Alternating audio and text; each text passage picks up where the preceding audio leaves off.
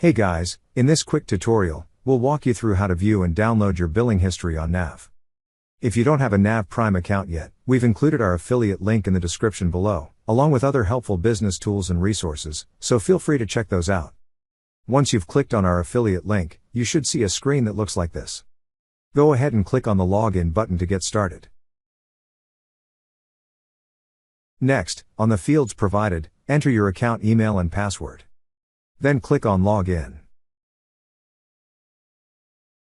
Once you're logged in, you will see several options at the left side of the screen. Click on the option for Profile and Settings.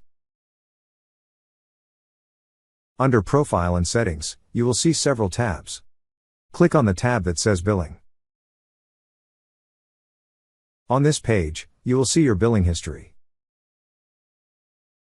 If you wish to download a specific transaction, click on the Download button beside the transaction you wish to download.